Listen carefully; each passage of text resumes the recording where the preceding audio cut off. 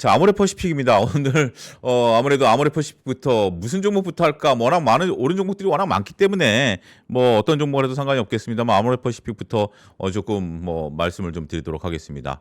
17만 원으로 상향한 현대차증권 리포트가 나왔고요. 국내 매출 같은 경우는 영업이익이 적자로 전환됐다라는 분들입니다. 그 이유 중에 하나는 희망퇴직 관련해서 일회성 비용이 반영되기 때문에 적자 전환된 거기 때문에 이 부분은 크게 신경 쓸 필요는 없죠. 우리가 지금 이제 4분기 실적을 다루는데요. 근데 4분기 같은 경우 여러분들이 다니시는 회사 같은 경우 보통 보너스를 지급을 많이 하죠. 그렇기 때문에 이런 보너스 지급에 따른 비용, 일회성 비용들이 많이 4분기에는 보통 전환이 됩니다. 그래서 보통 우리가 따질 때 4분기만 잘라서 따지는 게 아니라 연간 실적을 이제 따지는데 어찌 됐든 뭐 이런 부분들이 반영이 돼서 적자 전환됐다. 근데 뭐 그 부분은 크게 중요한 건 아니죠. 왜냐하면 1분기 때 또 주는 건 아니니까 이런 부분들이죠. 중요한 것은 전통 채널 또한 성장한 점이 고무적이다라는 거죠. 지금 아모레퍼시픽을 보는 시각이 매우 중요합니다. 과거 이제 아모레퍼시픽 같은 경우 이제 중국향 매출이 워낙 컸었죠. 그러다가 우리가 이제 코로나가 터지고 나서 그다음에 한한령이 되면서 아모레퍼시픽이 상당히 어려운 시기를 겪었었죠. 그러면서 탈중국을 외쳤던 그런 상황입니다. 그러면 아모레퍼시픽에 대한 매출과 영업이익이 얼마큼 견조하게 이루어질 것인가 이 부분을 좀 봐야 되겠죠. 중국 매출 같은 경우 15% YOY로 줄었어요. 매출은 줄었는데 영업이익은 흑자 전환됐다라는 것이 굉장히 중요한 포인트가 됩니다. 중국 법인 설화소 오프라인 매장 축소로 상반기까지 매출이 감소했다. 하지만 구조 개편 효과가 나타나면서 흑자 기조가 유지가 되면서 수익성 측면에서는 긍정적으로 변했다라는 거죠. 자, 그 작년에 아모레퍼시픽이 이제 설화수 같은 경우 이제 고급 브랜드로 중국에서 인식을 받고 있습니다만 오프라인 매장을 다 축소하고 면세점에서도 축소했다라는 기사를 봤습니다. 이런 것들 때문에 매출이 감소할 수밖에 없었죠. 아무래도 뭐 매장이 줄어들면 매출이 감소할 수밖에 없겠죠. 하지만 억지로 매장을 유지하는 것보다 이 매장을 축소함으로써 수익성 개선, 그러니까 영업이익 측면에 있어서 개선 효과가 나타난다라는 것은 긍정적입니다. 여러분들이 이제 어떤 가게를 운영한다라고 치면 적자난 가게를 유지하는 것이 좋을까요? 축소시키는 것이 좋을까요? 흑자난 그 점포를 늘리는 게 좋을까요? 축소시키는 게 좋을까요? 물론 경영학을 이제 배우신 분들은 여기에 대한 대답을 명확히 하시겠습니다만 그렇지 않은 분들 같은 경우는 이런 것에 대한 고민을 저와 같이 한번 해보는 겁니다. 적자난 것은 빨리 잘라내는 것이 좋겠죠. 흑자나는 것은 느리면 좋을까요? 안 느리는 게 좋을까요? 요거는 좀 고민이 되는 것 같아요. 우리가 이제 뭐 우스갯소리로 그런 얘기를 하죠. 줄 서는 가게가 확장하면 줄을 안 씀으로써 고객들이 떨어져 나간다라는 효과도 있기 때문에 그건 좀 되는 거죠. 어찌됐든 아모레퍼시픽 같은 경우는 적자나는 것을 줄임으로써 매출은 포기한다 하더라도 영업이익을 쟁취하기 시작했다라는 거죠. 만약에 코로나라는 일시적인 이유로 인해서 매출이 줄어들었다라면 굳이 매장을 축소할 필요는 없겠죠. 하지만 매장이 기조적으로 매출이 줄어들게 된다라면 축소하는 게 맞겠죠. 이런 결정을 하는 게 대표회사들의 결정권입니다. 우리는 결국 주주들이라는 게 회사를 경영하는 거고요. 회사를 경영하는 입장에 있어서 그러니까 회사를 경영을 위임한 거잖아요. 그 위임받은 대표이사가 이런 것들을 결정해 주는 것이 긍정적이다라고 말씀드릴 수 있겠죠. 자, 서구권 같은 경우 코스RX를 제외한 이게 이제 신규 브랜드입니다. 이 브랜드를 제외한 미국과 유럽에서 여전히 고성장을 지속하고 있다. 라네즈라든지 에스트라 뭐 이런 것들이 인스프리 이런 것들이 전반적으로 되는 거죠. 자, 앞서 언급드렸다시피 아모레퍼시픽 같은 경우는 탈중국 그다음에 서방과 동남아시아 이런 쪽으로 매출을 이연시키려고 그러니까 전환시키려고 하는 구성이 있기 때문에 그런 부분에 있어서 긍정적인 효과가 나타나고 있다라고 말씀드릴 수 있겠죠. 자, 아모레퍼시픽 같은 경우 우리가 코스RX 매출이 성장으로 전환됐다라는 거죠. 이제 그 신규 브랜드가 턴어라운드가 가시화되면서 역대 분기 최대 매출을 기록했다라는 거죠. 기존의 라인에서 우리가 포트폴리오에서 RX 라인은 비중이 상승하면서 전반적인 믹스 개선이 이루어진다라는 거죠. 화장품 같은 경우 우리가 이제 믹스 개선이 필요한 거예요. 그러니까 뭐 앞서 이재규 차장도 얘기한 반도체 같은 경우는 HBM이라든지 DRAM이라든지 이런 비중 이런 것들이 거의 단일 비중이죠. 하지만 그 화장품 같은 경우는 단일 비중의 매출이 크게 늘어나기보다는 제품 믹스 개선, 그러니까 뭐 우리가 기초 색조 뭐 이런 것들이 전반적으로 기능성 화장품 이런 것들이 전체적으로 나타나야 된다라는 것은 굉장히 중요한 포인트인데 이런 점이 나타나고 있다라는 것이죠. OP 마진이 20%대의 중반에 대한 가이던스를 제시한 겁니다. 자, 목표 주가 정하는 거를 한번 좀 자세히 보십시오. 목표 주가는 12개월 포워드 EPS 6,305원에 타겟 PER 26배, 글로벌 화장품 브랜드 PER이 우리 피어 그룹에 대한 부분들이 평균값을 적용했다라는 거죠. 기존 목표 주가 16만 원은 그러니까 16만 원, 17만 원 상회한 거잖아요. 이 12개월 포워드 PER 우리 EPS가 결국 우리가 6,014원에서 타겟 26개죠. 자, 제가 이제 지난주에 이제 말씀을 드렸죠. 우리가 주가는 EPS와 PR과의 관계라고 말씀드렸습니다. EPS와 PR과의 관계요. 지금 아모레퍼시픽이 16만 원에서 17만 원으로 목표 주가가 올라간 게 PR이 변했나요? 아닙니다. 뭐가 변했죠? EPS가 올라갔죠. EPS가 6,014원에서 6,305원으로 올라갔죠. EPS가 올라가니까 전반적으로 주가가 목표 주가가 올라간 겁니다. 그래서 우리가 아모레퍼시픽 목표 주가가 16만 원, 17만 원 올라갔다. 자, 이 메커니즘 여러분들 이제 따라오실 수 있으시죠? 주가는 EPS와 PR과 관계인데 EPS가 안 움직이고 PR이 올라간 경우도 있고요. 뒤에 가서 또 나옵니다. 그렇고 이것은 PR은 가만히 있습니다. EPS가 올라와서 그렇게 됐다라는 거죠. 전반적으로 코스RX에 대한 턴어라운드가 고무적이고 중국에서 안정적인 흑자 기조가 유지되면서 이렇게 그리고 유럽이라든지 이런 쪽에서 포트폴리오가 구성이 되면서 6,305원까지 EPS가 증가했다라고 말씀드릴 수 있겠죠. 자, 아모레퍼시픽 우리가 이제 재무 상태표를 손익계산서를 좀 보도록 하겠습니다. 손익계산서를 딱 보면 여러분들 한눈에 제가 이제 빨간색 표를 칠하진 않았습니다. 일부러 안 칠했고요. 한눈에 대충 눈으로 보시죠. 매출액, 매출 원가, 총이익, 판매관리비, 영업이익. 자, 이런 것들이 용어가 여러분들이 좀 생소하실 수 있습니다. 요거는 조금 저희가 설 연휴 때 한번 좀 뭐 시간이 되면 뭐 할 수도 있을 것 같은데 그거는 이제 아직까지 좀 상의 중이니까 그건 나중에 말씀드리도록 하고요.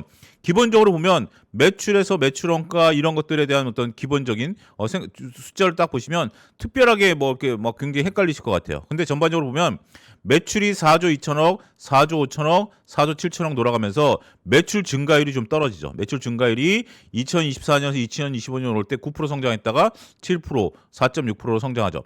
반면에 영업이익을 보시죠. 영업이익은 3,300억, 4,190억, 4,530억 하면서 영업이익은 증가한다라는 거죠.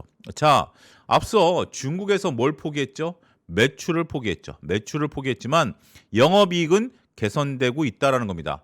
주가는 영업이익에 따라서 영업이익과 당기순이익이 결국 EPS를 결정하는 거 아니겠습니까? 영업이익에 따라서 주가가 움직인다라고 보면 매출 증가율은 다소 둔화된다 하더라도 영업이익 증가율이 개선되고 있기 때문에 아모레퍼시픽에 대한 긍정적인 뷰를 가져갈 수 있다라고 볼 수 있겠죠. 이러한 것들이 전반적으로 오늘 시장에서 반영이 되고 있는 것 같습니다. 제가 지난 목요일 날 뭐 유튜브에 출연해서 우리가 한알령 해제와 관련해서 아모레퍼시픽을 추천드린 적이 있어요. 그때만 하더라도 아모레퍼시픽 이제 대형 이제 화장품에 대한 중국인들의 관심이 좀 있을 것이다라는 관점으로 봤는데 여지없이 실적으로 확인이 됐고 이렇게 실적으로 확인된 것이 주가에 오늘 퍼포먼스가 반영됐다라는 거죠. 자, 근데 이런 것이 20%대까지 아모레퍼시픽의 주가를 끌어올릴 만한 요소냐라고 본다라면 좀 벗어난 얘기를 좀 하도록 하겠습니다. 주가가 현재 조금 약간의 과열권에 진입했다라는 거죠. 시중에는 우리가 트레이딩을 하시는 분들이 있죠. 그분들이 이제 단기 유동성을 시장에 공급을 하시는 분들인데요. 코인 시장 오늘 뭐 반등하긴 했습니다만 그렇게 좋지는 않다 보니까 많은 분들이 주식 시장에서 유동성을 그렇게 공급하고 있는 거죠. 이렇게 조그만 뉴스가 나온다 하더라도 우리가 이제 다뤘던 셀트리온 같은 경우도 그렇고요. 뭐 여러 가지 뭐 그 하나솔루션도 그렇고 제가 다뤘던 리포트들 주가가 오늘 또 다 좋았지 않습니까? 그렇기 때문에 그런 것들이 어떤 증권사의 긍정적인 리포트가 나오면서 그러니까 리포트를 챙겨봐야 되는 이유가 거기 있다라고 저는 생각을 해요. 지난 리포트라 하더라도 저희가 금요일 날 다뤘던 것이 오늘 오전까지 강하지 않았습니까? 그럼 뭐 저희 방송을 보셨던 분들은 저와 같이 방송을 같이 하셨던 분들은 이런 이유로 오늘 올라가는구나. 이 정도면 어떻게 해야 되겠구나. 충분히 되는 거죠. 다들 반도체 얘기만 하는데 물론 반도체 중요합니다. 그런데 시장을 돌아보면 올라가는 것들도 많고요. 올라간 이유도 많고요. 우리가 투자해야 될 것들은 많다라는 거죠. 그런 것들을 같이 공부하시면 될 것 같은데 어쨌든 시장이 이렇게 조금 과민하게 반응한다라고 저는 개인적으로 생각하거든요. 좋은 소식을 좋게 반응하는 건 좋습니다만 과민하게 반응할 때는 조금 우리가 경계감도 같이 가져가야 된다라는 점으로 말씀드리도록 하겠습니다. 두 번째 오늘 산일전기입니다.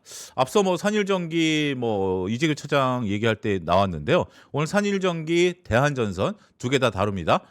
산일전기를 보겠습니다. 산일전기 18만 원 목표가를 했고요. 목표가를 특별히 상향한 거나 그런 건 없습니다. 여기 상향이나 유지는 아무 글자가 없고요. 상향, 하향 같은 경우는 글자가 들어가니까 18만 원 유지입니다. 신한투자증권이고요. 장기간 호황 전망에 이상이 없다라는 거죠. 연이은 호실적과 대형 전력기기 대비 밸류에이션 메리트가 주목을 받는다. 분기 최고 영업이익을 달성했다라는 겁니다. 2025년 4분기 매출이 1,400억, YOY로 31% 증가했고요. 영업이익은 550억, YOY 기준으로 63% 증가했다라는 거죠. 영업이익률이 대충 몇 프로죠? 한 30%대 나오네요. 여기 나오네요. 38.7% 나오네요. 이런 부분들이 나오기 때문에 앞서 지난주 언급드렸다시피 YOY 기준으로 봤을 때도 그렇고 우리가 매출 대비 영업이익 증가율이 커야 된다. 이 부분은 제가 나중에 강의 때 좀 풀어드릴 생각이고요. 역대 최대 분기 영업이익을 달성했습니다. 수익성 정상화와 제품 믹스 개선 영향들이 나타난다는 건데 우리가 이제 단일 품목을 하지 않는 기업들에 대해서는 다양한 제품들이 있는 것이 좋죠. 거래처도 한 군데 거래하는 것이 아니라 여러 군데 거래하는 것이 좋죠. 왜냐하면 이런 것들이 이제 리스크 관리를 하는 겁니다. 기업들이 이제 되는 거죠. 자, 지난 3분기 고객사 대금 지급 일정 조정으로 발생했던 일회성 대손상각비 73억 원은 환입됐다. 그러니까 대손상각비라는 것이 대급 일정이 조정돼 지금 자세한 내용은 제가 파악하지 못했습니다만 그런 것들 때문에 이제 비용으로 떨어야 되는 거죠. 대손 상각비로 이제 떨어버렸던 겁니다. 그런 부분들이 다시 그것이 소멸됨으로써 돈이 들어왔다라는 부분들인데 전체적으로 봤을 때 요거는 이제 3분기 때 비용으로 처리했고 4분기 때는 수익으로 환원이 된 거죠. 그런 부분들인데 전체적으로 비중은 어차피 빠지고 들어온 거니까 그렇게 크지는 않다라고 좀 봐야 되겠죠. 연말 성과금 50억이 빠졌죠. 요게 들어오고 퉁 쳐버렸죠. 퉁 쳤음에도 불구하고 영업이익률이 38.7%로 높은 수익을 달성한 것이 산일전기의 모양이다라고 말씀드릴 수가 있겠습니다. 자, 신재생 및 데이터 센터양 매출이 828억 원, YOY 기준으로 130% 고성장을 하면서 호실적을 견인했다. 여러분들 잘 아시는 내용이죠. 이런 것들이 실적으로 확인됐다라는 겁니다. 우리가 이제 실적 시즌에 확인하는 것이 바로 이런 거죠. 이런 것들이 실질적으로 얼마만큼 매출과 영업이익으로 늘어났느냐. 피터 린치가 그런 얘기를 했죠. 월가의 영웅에 잘 팔리는, 그러니까 잘 파는 그 스타킹이 됐던 도너츠가 됐던 물건이 이제 잘 팔리는 기업을 사라라고 얘기를 했고 그 다음에 이제 한 말이 그 다음 장에 이제 책을 넘기면 그것이 전체적인 매출과 영업이익 비중에서 몇 프로를 차지하느냐 이것이 이제 중요하다라는 부분들입니다. 특히 이렇게 우리가 그동안 실적에 대해서 많이 언급했던 기업들 같은 경우는 실적이 선반영되고 있는 거 아니겠습니까? 당연히 선반영되고 있는 거죠. 주가가 올라갈 때 많은 분들이 이러이러한 영업이익과 매출이 개선되기 때문에 주가가 올라갑니다라고 얘기하는 거기 때문에 그런 것들이 반영을 확인한다라는 거죠. 저는 분기마다 상당히 재밌습니다. 제가 이제 방송을 시작할 때 저를 이제 방송계로 끌어들였던 선배분이 얘기하는 게 자기는 분기마다 너무 재밌다라는 겁니다. 매번 성적표, 남의 성적표를 들여다본다라는 거죠. 우리가 학교 다닐 때 내 성적표를 바라볼 때는 조금 마음이 좀 두근반 했습니다만 다른 사람의 성적표를 바라본다라는 개념으로 객관적으로 우리는 걸 잘 전달해야 된다라고 말씀을 하신 게 갑자기 기억이 나는데요. 지금은 실적 시즌입니다. 자, 또 한 가지 약간의 좀 벗어난 얘기를 하겠습니다. 실적은 언제까지 발표하나요? 실적은 언제까지 발표하나요? 지금 이제 우리가 2월 오늘이 9일이죠. 2월 15일까지 4분기 실적을 다 발표합니다. 분기 실적은 얼마 만에? 45일 만에. 그다음에 사업연도 실적은 얼마 만에? 90일 만에 발표하는 거죠. 그래서 사업연도 실적은 이제 3월 말에 주총할 때까지 발표를 하는데요. 요게 이제 어떤 의미를 가지냐면 이번 주에 이제 실적 막바지 주간입니다. 근데 제가 이제 예를 들어서 여러분들 이제 성적이 잘 나오면 빨리 발표하고 싶은 게 또 인지상정 아니겠습니까? 하지만 성적이 안 나온다면 뒤로 미루고 싶은 것도 어떻게 보면 인간적인 면이죠. 기업도 마찬가지입니다. 이제 이번 주 뒤로 밀릴수록 기업들의 실적 변동성이 커질 가능성도 있는 거죠. 단순하게 우리가 자격증을 따기 위해서 아니면 뭐 시험을 보기 위해서 분기 영업이익은 45일 만에 발표한다. 이것을 외우는 게 아니라 45일의 기간을 줬는데 지금 뭐 45일이나 걸릴까요? 전산이 그렇게 발달했는데 실질적으로 뒤로 갈수록 조금 실적 변동성이 커질 수 있다는 것을 의미한다라는 것으로 인식을 하셔야 되지 않을까 싶습니다. 전력망 매출액은 관세 부담 협의와 고객사 재고 관리 영향으로 전년 동기에 비해서 10% 감소했다라는 거지만 전 분기 대비해서는 전년 동기 대비해서는 감소했지만 전 분기 대비해서는 증가한다. 그러니까 이제 우리가 YOY 기준으로 놓고 보면 조금 감소했지만 QOQ 기준으로는 고속 성장이 이루어지고 있다라는 측면에 있어서도 매우 규칙가 주목된다라는 거죠. 2025년 연간 신규 수준은 5,600억을 달성했다라는 거고 2026년에도 우리가 고객사 재고 관리 영향으로 줄었던 것이 재고 소진이 완료됨에 따라서 하반기부터 수주가 본격 적용될 것이다. 평균 판매 단가 ASP가 높은 데이터 센터향 매출 비중 확대로 수익성 개선도 가제가 될 것으로 보고 있다라는 거죠. 이 공장 부진을 활용해서 초고압 특수변압기 양산을 준비하면서 향후를 대비하겠다라는 겁니다. 우리가 이제 어떻게 보면 데이터 센터를 짓는다라는 것은 어느 정도까지 규모의 경제를 달성하고 나면 데이터 센터를 추가적으로 짓는 것은 고민해 봐야 될 것 같아요. 하지만 어느 누가 데이터 센터를 어떤 방식으로 짓든지 간에 전력과 관련된 부분들에 대해서는 변압기 특히 이런 것들은 계속해서 사용처가 있을 것으로 보고 있는 거죠. 그리고 미국이란 나라가 전력 설비가 상당히 좀 노후화되어 있는 부분들에 대한 기본적인 그 매출 이런 것들이 있기 때문에 거기에 대비한 산일전기의 대비책도 상당히 규칙가 주목된다. 이렇게 좀 설명을 말씀드릴 수가 있겠습니다. 자, 산일전기 같은 경우 목표 주가 18만 원 유지한다라는 거고 추정 순이익 변경인 목표 PER을 19배. 근데 여기서 보면 29배죠. 대형 전력기기 평균이 31배인데 왜 29배로 할인을 했을까요? 궁금하지 않나요? 기왕 할 거면 앞서 아모레퍼시픽처럼 글로벌 피어 그룹 대형 전력기기 평균 31배면 31배를 때려야지 왜 29배를 때렸을까요? 그건 저도 모릅니다. 그건 저도 모르고요. 이거는 애널리스트 분이 그렇게 조정을 하고 싶었던 거예요.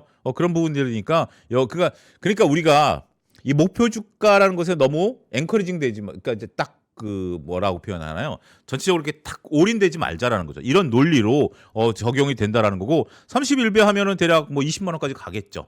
그런 부분들이니까 앞으로 이렇게 목표 주가를 정하는 것은 딱 정답지. 그러니까 저도 지난주에 말씀드린 걸 반복하면 숫자로 나오니까 마치 모든 것이 정답처럼 보이지만 이것은 논리적인 전개이지 우리가 정확한 해답을 받는 수학 문제 푸는 것은 아니다라고 말씀드릴 수 있겠습니다.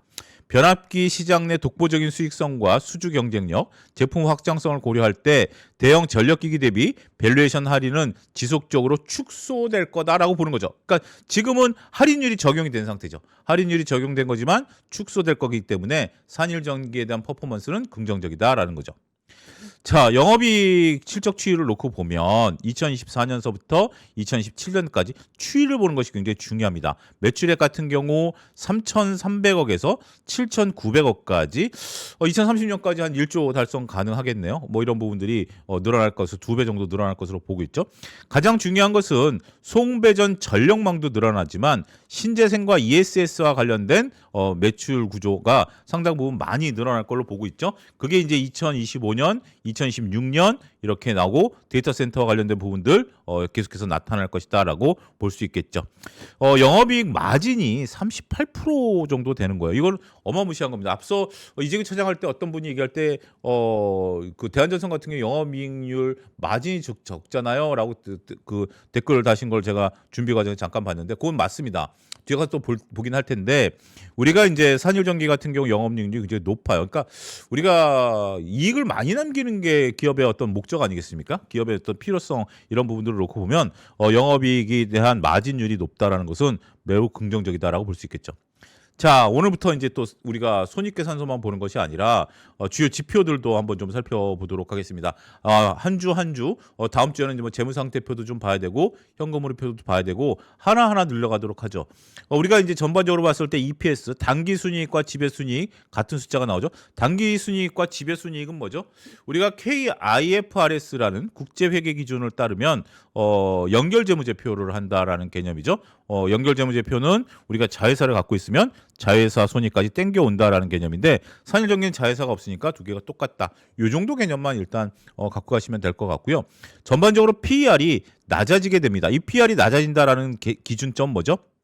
현재 주가가 움직이지 않는다라면 PER은 낮아지게 되고 이 PER이 낮아지면 이 지금 현재 2600까지 PER을 나타내기 위해서 주가는 어떻게 된다? 올라가 줘야 된다라는 개념으로 여러분들이 좀 보셔야 될 것 같아요.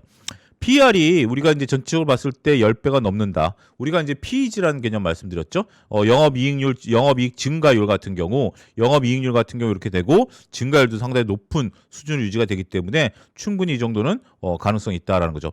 배당 성향이 한 14% 정도 나오네요. 근데 우리가 배당소득 분리과세 적용을 받으려면 몇 프로 정도 돼야 되죠? 40% 이상이거나 20%, 25% 이상이기 때문에 점진적으로 배당 성향은 높아질 가능성이 있는데 산일전기 같은 경우 배당 성향이 한 15% 정도 유지가 되는 것도 상당히 좀 의미가 있는 것 같아요. 원래 배당 성향은 꾸준히 유지가 되는 것이 중요합니다. 그러니까 몇 프로가 되든지 간에 여러분들 월급을 받을 때 월급이 많이 줬다 적게 줬다라는 개념보다는 꾸준히 주는 것이 중요한 거 아니겠습니까? 그런 것처럼 배당 성향이 이렇게 꾸준히 유지된다라는 것도 상당히 좀 의미가 있겠다라고 좀 말씀드릴 수 있겠습니다. ROE 같은 경우 30%에 육박할 정도의 제가 지금 짚어드리는 것은 중요한 지표들만 먼저 짚어드리는 거예요. ROE 같은 경우 거의 이제 30%에 육박하는 건데 ROE 같은 경우는 내 자본, 그러니까 자본을 30%씩 이익을 매년 챙긴다라는 개념이기 때문에 이것도 상당히 규칙과 주목되는 상황이다라고 말씀드릴 수가 있겠습니다. 대한전선입니다. 대한전선은 35,000원으로 SK증권에서 목표가를 상향한 리포트가 나왔습니다. 초고압 해적 케이블 매출액이 상승을 했는데요. 2025년 4분기 매출액이 1조 90억, 영업이익은 430억으로 OP 마진 4.3%. 앞서 우리가 마진율 30%대와 4%대 상당히 대한전선은 박하게 마진을 끌고 간다라는 측면에 있어서는 이 매출이 1조인데 영업이익이 430억밖에 안 되니까 영업이익이 낮다라는 것이 상당히 주가 상승에 있어서 조금 걸림돌이 된다 이렇게 좀 말씀드릴 수 있겠죠. 매출액은 컨센서스를 부합했지만 영업이익은 조금 상회했다라는 개념이고요. 초고압 해적 케이블 부분의 매출이 추세적으로 상승하면서 수익성 개선을 이끌어내고 있다라는 겁니다. 2025년 4분기 기준으로 우리가 초고압 해적 케이블 비중은 아시아가 약 40%, 북미 약 40%, 나머지는 유효가 되어 있다. 리드 타임이 평균 한 2, 3년 정도 걸리는 것을 두면 앞으로 수요가 증가함에 따라서 수익성 개선이 기대가 된다라고 말씀드릴 수 있겠죠. 자, 구리 가격 상승이 그러면 대한전선과 어떻게 연결해야 되느냐라는 부분들입니다. 그 영향은 다음과 같다라는 거죠. 초고압 케이블의 구리 가격 급등이 오히려 유리한 기조입니다. 계약 당시 가격이 고정된다라는 거죠. 자, 100원에 계약했는데 지금 초고압 케이블이 200원이다라고 하면 100원에 계속해서 계약을 할 수밖에 거기에 이제 그 가격으로 이제 납품을 한다라는 거죠. 다만 원자재가 상승하니까 지금 추가적으로 계약하면 그러면 200원에 계약해? 라는 거죠. 얼마 전에 100원에 했는데 물론 이제 2배 여러분들 이해를 돕기 위해서 말씀을 드리는 겁니다. 그런데 현재까지 실현된 사례는 없었다. 왜냐하면 미주 지역의 전력망 투자가 가속화되고 있기 때문에 원자재 가격 상승이 리스크가 될 가능성은 낮다. 그러니까 뭐 제가 이제 2배까지 이제 그렇게 했지만 뭐 1, 20% 올라가는 거 부분에 대해서는 뭐 충분히 그런 것들을 따질 때가 아니다. 지금은 따질 때가 아니다라는 부분들로서 이해를 하시면 될 것 같습니다. 소재 부분의 영업이익 측면에서는 더 크게 작용한다. 구리 가격에 판매 가격이 연동되는 구조이기 때문에 소재와 관련된 부분들, 그러니까 초고압 케이블과 관련해서는 우리가 고정으로 이제 그 뭐죠? 계약을 하는 거고요. 소재 같은 경우는 구리 가격에 판매 가격이 연동되는 구조이기 때문에 수익 측면은 좋다라는 거죠. 자, 목표 주가를 상향했는데 매출액 2020년 매출은 3조, 그다음에 영업이익은 1,570억을 전망한다라는 거죠. 전체적으로 에비타 2,000억에 EV 에비타 33배를 적용해서 35,000원 상향했다. 이 부분은 조금 어려울 수도 있습니다. 그러니까 이제 우리가 에비타 있고 워낙 대한전선 같은 경우는 투자를 많이 하기 때문에 에비타 이익으로 본다라는 개념이거든요. 이 정도만 오늘은 하겠습니다. 왜냐하면 감가상각에 대한 개념과 에비타에 대한 개념은 조금 우리가 난이도가 높습니다. 한 중상 정도 되는 개념인데요. 이렇게도 목표 주가를 정한다라는 정도로만 조금 이해를 부탁드리도록 하겠습니다. 이거를 오늘 파고들기에는 시간이 좀 부족하고요. 나중에 이제 강의를 통해서 이 부분을 좀 풀어드릴 테니까, 그러니까 여러분들이 느끼실 때는 어떤 것들은 PER로 목표 주가를 정했는데 대한전선 같은 경우는 에비타를 가지고 목표 주가를 정하네, 이런 정도로만 이해를 부탁드리도록 하겠습니다. 자, 대한전선 같은 경우 초고압 해저 케이블이 계속해서 우리가 이제 매출액이 늘어난다라는 거죠. 6,840억에서 이런 것들이 늘어나는 거고, 산업전선에 대한 부분들도 계속해서 늘어난다라는 거고, 소재 쪽에서는 원가를 전가할 수 있다라는 측면에 있어서는 상당히 고무적이다라고 말씀드릴 수 있겠죠. 그럼에도 불구하고 영업이익률이 조금 워낙 낮습니다. 4%가 안 되는 영업이익률을 지금 나타내고 있기 때문에 대한전선 같은 경우 상당히 우리가 뭐 해저 케이블에 대한 긍정적인 코멘트, 구리 가격 상승에 대한 긍정적인 코멘트, 이런 것들이 조금 뭐 많이 회자됨에도 불구하고 주가 상승이 상대적으로 다른 것들에 비해서는 조금 뭐 덜하다, 이런 부분으로 말씀드릴 수가 있겠죠. 대한전선 같은 경우 우리가 전체적으로 봤을 때 매출액 같은 경우 매출 성장성 같은 경우 계속해서 증가하지만 ROE 같은 경우도 상당히 좀 낮죠. 앞서 살펴봤던 ROE가 두 자릿수에서 한 자릿수밖에 진행되지 않고 있고, 그러다 보니까 PER이 높습니다. 이 부분을 좀 보셔야 되는데, 이건 뭐 제 생각이 아니라 리포트를 그대로 보여드리는 거예요. SK증권 리포트를 보면 PER이 굉장히 높습니다. PER이 높다라는 측면에 있어서 오늘 변동성이 조금 대한전선이 좀 나왔죠. 이런 부분들을 조금 반영한 게 아니겠나. 물론 이제 이 리포트를 하루하루 반영되는 것은 아니겠습니다만 PER이 높다라는 거 조금 염두를 해두셔야 될 것 같아요. 그래서 우리가 전반적으로 재무제표를 또 뒤늦게 제가 손익계산서를 좀 붙였습니다. 손익계산서를 보면 영업이익률이 이렇게 좀 낮다라고 보니까 조그만 어떤 변동성, 그러니까 여기서 판매관리비가 조금 늘어난다라든지 아니면 매출 원가가 상승하게 되면 이것이 전체적으로 봤을 때 순이익을 못 지킬 수가 있어요. 순이익을 못 지킬 수가 있기 때문에 이런 부분에 있어서는 상당히 우리가 조금 변동성이 언제든지 올 수 있는, 충격파가 외부에서 왔을 때 그걸 이겨낼 수 있을 정도의 영업이익은 되지 못한다라는 거, 이 부분을 여러분들이 잘 관리 차원에서 보셔야 된다라는 거죠. 내러티브는 굉장히 훌륭합니다. 대한전선 같은 경우 내러티브는 굉장히 훌륭합니다만 실질적으로 이익을 낼 수 있는 그런 부분들에 있어서는 다소 아직까지는 조금 미흡하다라는 부분들인데, 이게 이제 에비타 이익으로 좀 그래서 보는 것 같아요. 이익이 긍정적이지 않기 때문에 투자를 감안하지 않은 이익을 좀 보는 측면으로 우리가 보는 건데요. 그런 측면은 우리가 이제 가치를 평가할 때 한 가지 방법으로만 평가하는 건 아닙니다. 여러 가지 방법이 있는데 그 중에서 투자자들 입장에서도 좀 좋은 것으로 유리한 방향으로 또 평가를 하고 싶은 게 또 인지상정 아니겠습니까? 그러한 방향으로 대한전선을 평가하고 있다, 이렇게 설명이 가능하겠습니다. 자, 오늘 또 상승했었던 뭐 건설주들 최근에 워낙 좋습니다. GS건설을 그중에서 한번 좀 살펴보도록 하겠는데, 오늘 현대건설 리포트도 나왔는데 현대건설은 원전 5기 건설이 가능할 것이다. 그러니까 인원 대비해서 뭐 그런 정도의 얘기가 좀 나왔고, GS건설에 대해서 이제 신한투자증권 리포트가 나왔습니다. 2025년 4분기에 공정별 수익 개선과 외형 축소로 2026년 이익이 고정되는데, 그러니까 지금 우리가 이제 그 물건을 막 팔아서 외형을 확장하는 기업이 있고, 건설 같은 경우 여러분들 느낌이 어떻죠? 저는 그렇습니다. 건설 같은 경우는 우리가 여러 가지 이제 뭐 주택 가격은 올라가지만 앞으로 집 지을 곳이 그렇게 많지도 않고 또 부실 공사에 대한 부분들도 좀 있었고 글로벌 공사에 대한 퍼포먼스도 약하다 보니까 전체적으로 봤을 때 건설주들에 대한 외형 성장에 대한 부분들이 조금 고민거리가 있었어요. 그런데 그럼에도 불구하고 결국은 수익성을 해야 되는 거죠. 그러니까 결국 점유율을 높일 것인가 아니면 수익을 나타낼 것인가 요런 부분들인데 결국은 이럴 때는 그러니까 자기네 업황이 안 좋을 때는 일을 벌리면 안 됩니다. 자기네 업황이 안 좋을 때는 일을 벌리는 게 아니라 수익을 챙겨놨다가 나중에 그 업황이 좋아질 때 일을 벌려야 되는 거죠. 지금은 건설회사들이 수익을 좀 창출해낸 것으로 이해하시면 될 것 같습니다. 연결 매출액이 3조. 여기서 연결이라는 단어가 들어갔습니다. 앞서 언급드렸다시피 이거는 GS건설이 갖고 있는 자회사를 모두가 다 포함한 겁니다. 앞서 산일전기는 어땠죠? 연결이란 말을 안 했죠. 그런데 GS건설은 연결이란 단어를 썼다라는 것도 여러분들 잘 보시죠. 연결 매출액이 3조 원, 영업이익이 569억 그러면서 영업이익 컨센서스를 하회했다. 주택 부분 수익성이 개선됐지만 그럼에도 불구하고 매출 총이익률이 QOQ 기준으로 줄었다. 지금 이제 발생한 것을 보면 GS 이니마 담수 플랜트 현장에서 1,190억의 추가 원가.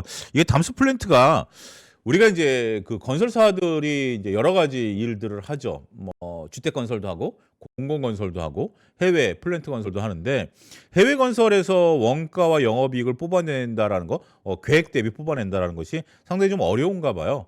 과거 이제 GS 건설 여러분들 몇 년인가 한 10여 년 전에 5천억 대손상각했던 거 한번 떨었던 거 혹시 아시나요? 굉장히 시장에 충격을 주면서 GS건설이 주가가 한번 확 밀렸던 그런 경우가 있는데 그게 그동안 이제 누적되어 왔던 해외 건설 부실에 대한 부분들을 다 떨어내면서 빅백스를 한번 했다라는 거죠. 빅백스 같은 경우 이제 청소를 한다라는 그런 개념인데 지금 이제 이렇게 담수 플랜트 현장에서 1,000억 넘게 추가 원가가 발생했다. 물론 뭐 글로벌 원자재 가격의 이제 변동성도 컸었고 환율에 대한 부분들도 있었고 하니까 그다음에 뭐 각종 전쟁도 있었고 하니까 그런 부분들이라는 것처럼 원래 이제 우리가 수주를 받으면 이익이 나야 되는데 수주와 이익으로 연계되는 과정에 있어서 수많은 변수들이 있습니다. 특히 해외 같은 경우는 그런 부분들은 그 정도까지만 좀 설명드릴게요.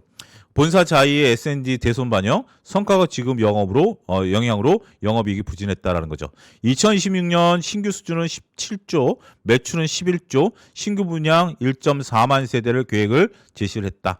2023년 이후 축소된 신규 분양 여파로 외형 축소는 불가피하나 이제 아파트 지을 곳이 없죠. 아파트 지을 곳이 없기 때문에 신규 분양 더군다나 수도권을 제외하고 남은 미분양 사태가 워낙 크기 때문에 외형 축소가 불가피하나 안정화된 공정별 수익성 및 추가 준공정산 이익 발생으로 우리가 이제 GS건설 같은 경우는 뭐 강남에 대규모 짓고 나서 이제 추가 이제 정사안을 또 받고 있죠. 이런 부분 때문에 영업이익 고성장이 가능하다.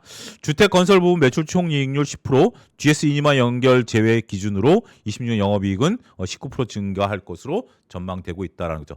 주택 건설 부분에서 매출이 10% 정도 나타난다면 어마어마한 것 같아요. 뭐 이런 부분들 여러분들이 잘 보시면 되지 않을까 싶습니다. GS건설 같은 경우도 전체적으로 봤을 때 큰 변화가 없어요. 매출에는 큰 변화가 없습니다. 하지만 영업이익이 꾸준히 늘어난다라는 것이 상당히 이제 긍정적이죠. 매출은 12조에서 11조대로 줄어들지만 영업이익이 4천억대에서 5,500억대, 4,300억에서 5,500억대로 증가한다라는 점에 있어서 우리가 영업이익, 그러니까 여러분들이 대표이사라면 뭐 결정을 내리는 거예요. 이렇게 계속해서 말씀드리지만 그러니까 점유율을 높일 것이냐, 아니면 영업이익을 이제 할 것이냐라는 부분들을 놓고 보면 이 부분에 있어서 영업이익을 좀 봐야 된다. 자, 여러분들 이제 표를 보시면 여기서 이제 가로로 되어 있는 게 있습니다. 이것도 의외로 모르시는 분들이 있으시더라고요. 근데 앞서 여기서 보면 여기는 이제 마이너스였죠. 이건 마이너스니까 쉽게 이해가 되겠는데 이 마이너스 대한전선 같은 경우 이제 SK증권은 마이너스를 냈는데 GS건설 같은 경우는 가로죠. 이게 마이너스라는 의미입니다. 보통 우리가 이제 이렇게 리포트상에서 재무제표를 보면 대부분이 다 마이너스로 해요. 괄호로 해요. 괄호로. 마이너스를 하게 되면 인쇄 오류 같은 경우가 생길 수도 있는 거 아니겠습니까? PC상에 점이 찍혀 있을 수도 있고. 그래서 괄호로 한다. 이건 마이너스입니다. 자, 그러면 영업의 손익이 여기서 790억이 마이너스면 영업의 손익이 마이너스 790억이라는 거죠. 손익이죠. 손익은 손해와 이익을 합친 거기 때문에 영업의 금융손익은 우리가 1,000억 정도 마이너스라는 거고, 기타 영업의 손익은 260억이 플러스란 얘기죠. 그러면 우리가 영업이익 5,221억에서 영업의 손익 79를 빼주는 거죠. 79를 빼주면, 이걸 더하면 79죠. 79를 빼주면 442가 나온다라는 거죠. 이런 개념으로 여러분들이 손익계산서는 위에서부터 플러스 마이너스를 하나하나 가감해 주는 것이다. 이렇게 조금 보시면 되겠습니다. GS건설 뭐 이 정도로 보겠고요. 자, 마지막으로 이제 ISC를 한번 좀 보도록 하겠습니다. 요즘 주가 좋고 여러분들 관심이 상당히 좀 높은 기업인데요. 오늘 리포트가 메리츠증권에서 하나 나왔습니다. 오늘 주가 리포트만 아모레퍼시픽 리포트 많이 나왔고요. GS건설 리포트 많이 나왔습니다. 그런데 ISC는 메리츠증권에서 하나 나왔습니다. 근데 여러분들이 요즘 반도체 쪽에 부품 소재단에 관심이 좀 많은 것 같아서 ISC를 바로 픽업을 해왔죠. 2025년 4분기에 대한 컨센서스를 이제 상했다라는 거죠. ISC는 4분기 매출이 723억, YOY는 84% 늘었고 영업이익 같은 경우 219억으로 OP 마진 30%를 기록했다. 계절적 비수익임에도 불구하고 비메모리 양산용 테스트 소켓 수주 확대 및 하이퍼스케일러향 물량 증가로 외형이 성장했다라는 거죠. 자, 이제 우리가 상당히 좀 중요한 게 성수기와 비수기를 타는 기업들이 있죠. 근데 요즘 반도체는 성수기 비수기 안 따지는 것 같아요. 워낙 지금 뭐 전방산업이라고 불리우는 전방산업이 워낙 좋기 때문에 성수기 비수기 안 따지고 있다라는 거죠. 전방산업이 성수기 비수기를 안 따지는데 후방산업이 성수기 비수기 따지는 기업 같은 경우는 좀 문제가 있는 거죠. 그러니까 앞단에 있는 기업이 막 열심히 일하고 있을 때 뒷단에 있는 기업들도 같이 동조를 해야 되는 거 아니겠습니까? 그런 개념으로 좀 받아들이시면 될 것 같아요. 원가 절감 및 저부가 제품 비중 축소로 우리가 이제 원가를 절감하고 그다음에 이제 저부가 제품에 대한 부분들은 축소하면서 30%의 영업이익을 달성하면서 시장 컨센서스 27%를 상회하는 실적을 보였다라고 말씀드릴 수 있겠죠. 장비 소재는 전분기와 유사한 100억대 매출액을 기록할 것으로 보여지고 있다. 추가 캐펙스, 추가 설비 투자도 지금 현재 얘기하고 있고요. 기보유한 수주 소화류의 베트남 1기 팹 증설 완료했고요. 중장기 납기 계획적으로 그다음에 베트남에 또 추가로 팹을 설치할 계획이다라는 것이 앞으로 ISC에 대한 성장 모델 20만 원까지의 목표 주가를 제시했다라고 말씀드릴 수 있겠죠. 자, 2026년 양산 비중 증가와 수익성 개선이 전망된다. 26년에는 동사의 긍정적인 체질 변화가 예상이 되는데 무엇보다 비메모리 고객사의 양산 물량 내 동사의 점유율 확대가 긍정적이다라는 거죠.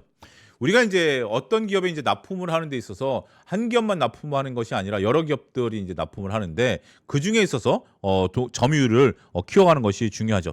제가 이제 3% 나오는데 이제 하루에 45분 방송합니다. 많은 패널분들이 나오는데 예를 들면 뭐 오전에도 나오고 뭐 이러면서 점유율을 확대하는 게 뭐 여러 가지 의미가 있는 부분들이다. 이게 비유입니다. 이렇게 좀 볼 수 있는 거죠. 고속 신호 테스트에서 동사 러버 소켓에 대한 기술적 이점이 부각되는 상황이고 ASIC 고객사는 그러니까 우리가 주문 제작하는 고객사는 2025년 3개사에서 2026년 6개사, VIP 고객사는 2025년 8개사에서 6년 12개사로 확대될 것이다. 자, 우리가 이제 그 ISC 같이 이제 테스트 소켓을 만드는 기업 같은 경우는 다품종 소량 생산입니다. 다품종 소량 생산이기 때문에 많은 기업과 거래한다라는 것이 필요하죠. 그 기업과 거래한다라는 것은 개별 기업단에 갖고 있는 리스크를 축소한다라는 거죠. 가장 우리가 어려웠던 게 휴대폰 부품 회사들입니다. 휴대폰 부품 회사들 같은 경우 휴대폰 시장이 전반적으로 우리가 증가율보다는 유지 및 하향 조정되다 보니까 부품사들이 같이 어려워진 거 아니겠습니까? 하지만 이제 반도체 소품종 대량 생산, 다품종 소량 생산 같은 경우는 몇 개의 어떤 뭐 기업들, 몇 개의 거래처가 사라진다 하더라도 전체 매출에서 우리가 얻는 데미지가 그렇게 높지는 않는 거죠. 이런 것이 고용 같은 경우도 마찬가지죠. 그런 부분 부분들이 긍정적인 모멘텀이다라고 말씀드릴 수 있겠죠.